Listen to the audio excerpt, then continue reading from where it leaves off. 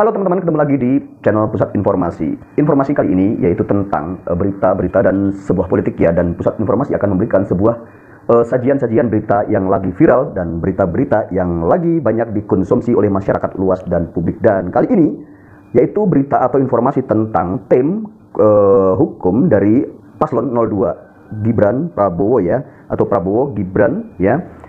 Ini mendatangi Mahkamah Konstitusi dan siap untuk menghadapi sengketa pemilu atau sengketa pilpres ya teman-teman. Dan oke teman-teman, jangan lama-lama, kita langsung tonton videonya ya.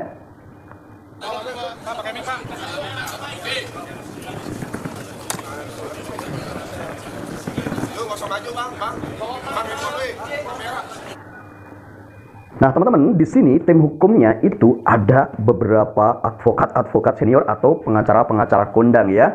Dan di situ juga ada anggota Komisi 3 kalau nggak salah, yaitu Bapak Hanca Panjaitan ya.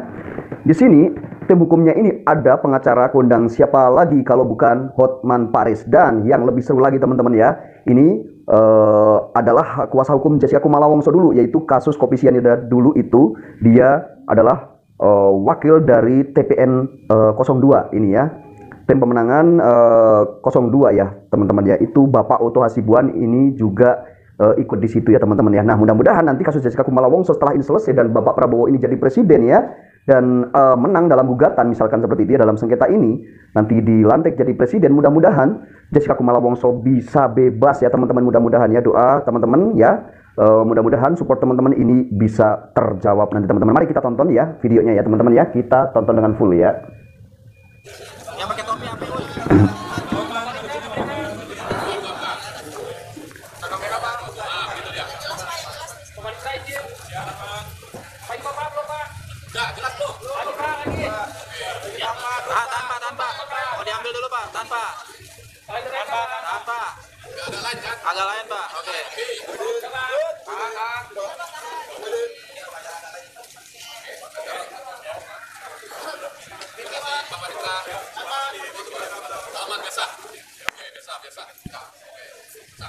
Oke.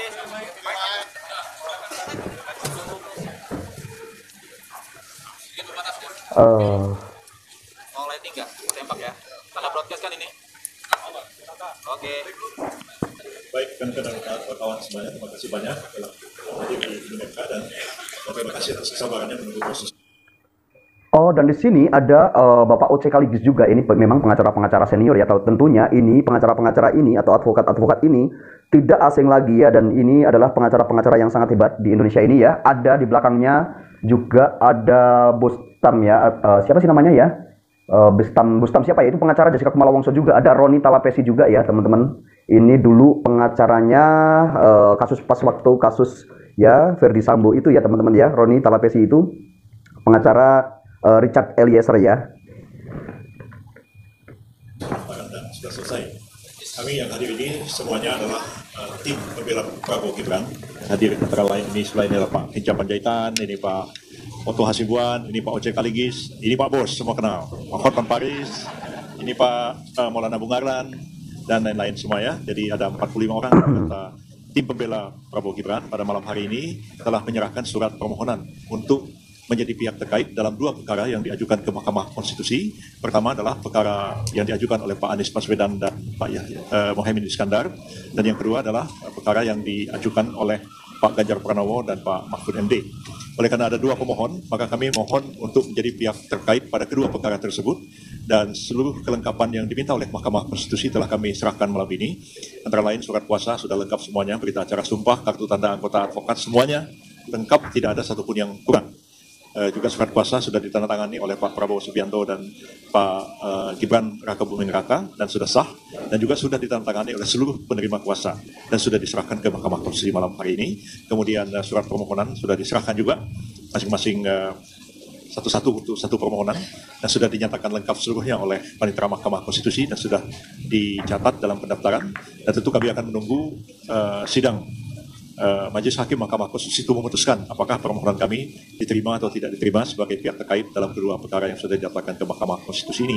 Dan selanjutnya kami akan mempersiapkan jawaban atas permohonan yang diajukan oleh kedua pemohon, dan itu sudah harus diserahkan ke Mahkamah Konstitusi pada tanggal 27 Maret yang akan datang, dan pada tanggal 28 sesuai dengan jadwal yang disusun dalam peraturan Mahkamah Konstitusi nomor 1 tahun 2024, kami diberikan kesempatan untuk menjawab ya, atau membacakan jawaban terhadap permohonan yang diajukan oleh kedua pemohon pada tanggal 28 Maret yang akan datang.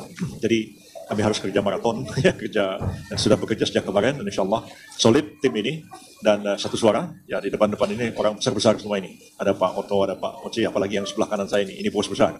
Jadi insya Allah tim ini solid, ya, satu suara, satu sikap dalam membela Pak Prabowo Gibran, dan kami berkeyakinan bahwa insya Allah kami akan mampu menjawab atau menangkis seluruh argumen dan dalil-dalil serta alat bukti yang diajukan oleh para pemohon dalam perkara ini.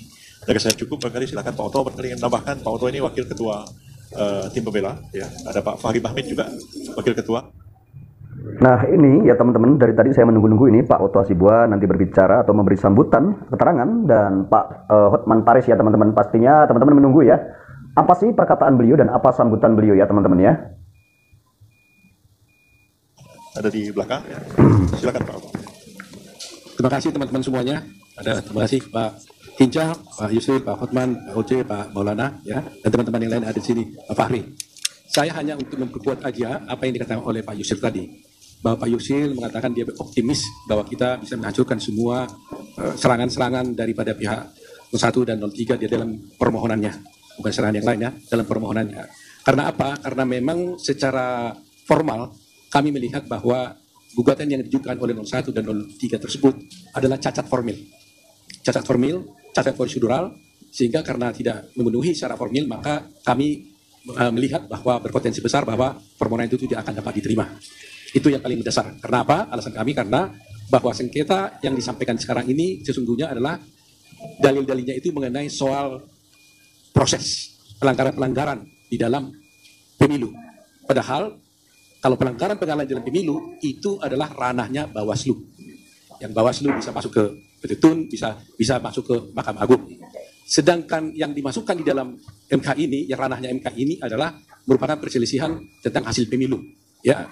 Dan itu tegas diatur di dalam pasal 476 Undang-Undang Pemilu dan telah diadopsi di dalam peraturan Mahkamah Konstitusi tahun 2023 yang tegas menyatakan bahwa untuk mengajukan permohonan saja itu di dalam PMK itu diatur apa yang harus dimohonkan. Pokok-pokok permohonan itu jelas diatur di sana adalah harus mengenai tentang perhitungan suara mana yang benar, mana yang tidak benar. Itu saja yang diatur sana. Petitumnya pun haruslah membatalkan tentang keputusan KPU tentang perhitungan suara. Dan yang benar yang mana. Itu yang sudah limitatif diatur di dalam PMK itu. Sedangkan sekarang yang diajukan oleh pemohon adalah pelanggaran-pelanggaran, bansos lah, kecurangan lah, dan sebagainya. Yang itu sama sekali tidak diatur dan tidak masuk dalam proses yang harus ditangani oleh MK. Itu poinnya. Petitumnya pun mereka mengajukan diskualifikasi. Yang sebenarnya itu juga tidak masuk dalam ranah dari MK. Sehingga kalau persoalan bukti mungkin kami yakin betul dari segi bukti pun yang dikatakan dipersoalkan tentang Gibran dikatakan bahwa tidak memenuhi syarat untuk dicalonkan menjadi wakil presiden, itu juga saya kira sudah gampang dipatahkan karena bagaimanapun Gibran masuk menjadi calon presiden itu jelas adalah telah diputuskan dalam putusan MK yang sudah final and binding. Nah, secara logika berpikir juga bayangkan saja kita bicara tadi dengan Pak Oce, sudah ada mereka ikut di dalam debat. Sudah ikut dalam debat. Artinya legal standing dari Pak Prabowo kan sudah jelas diakui oleh nomor 1 dan nomor 3. Kalau tidak legal standingnya tidak jelas, bagaimana dia ikut dalam satu debat? Nah, itulah mungkin yang saya sampaikan. Hal-hal banyak lagi yang bisa disampaikan oleh teman-teman yang lain. Tapi itulah poin yang paling penting. Kami yakin permohonan itu tidak akan diterima karena cacat formil dan tidak berdasar. Terima kasih teman-teman. Pak Hotman mungkin. Oke, dalam hukum dikenal dengan ajas bahwa tindakan atau perbuatan bisa merupakan pengakuan. 2 kali 01 dan 02 mengakui keabsahan Gibran. Waktu pendaftaran mendapat 01 dan 03 2 kali mengakui keabsahan Gibran. Waktu pendaftaran di KPU mendapatkan nomor. Ya, malah mereka pesta pora berdiri, ya. Berdiri 01, 02, 03 berdiri, tidak ada satupun protes tentang keabsahan dari Gibran. Itu pengakuan pertama. Pengakuan kedua, sebagaimana tadi Bung Koto bilang, dalam debat cawapres. Berapa kali Gibran debat dengan cawapres 01 dan 03 itu atas undangan KPU dan tidak ada protes satupun. Kok sekarang KPU disalahkan? Jadi, ya disalahkan KPU-nya. Kok Gibran tidak memenuhi syarat? Jadi menurut kami sih rada cengeng, itu aja nih jawabannya. Baik, Pak Oce ada mau tambahkan sepatah kata-kata? Ini Pak Senior. Saya cuma mau bahas mengenai bukti narasi. Bukti narasi tidak dikenal di dalam pembuktian, coba itu. Saya sudah siap untuk itu. Dan saya mendukung semua teman-teman saya, Pak Oto sebagai wakil saya, Pak Ketua, dan kami telah sangat siap dan kami adalah satu di dalam pembelaan. Terima kasih. Ini Pak Fahri Bahmin juga wakil ketua tim pembelaan.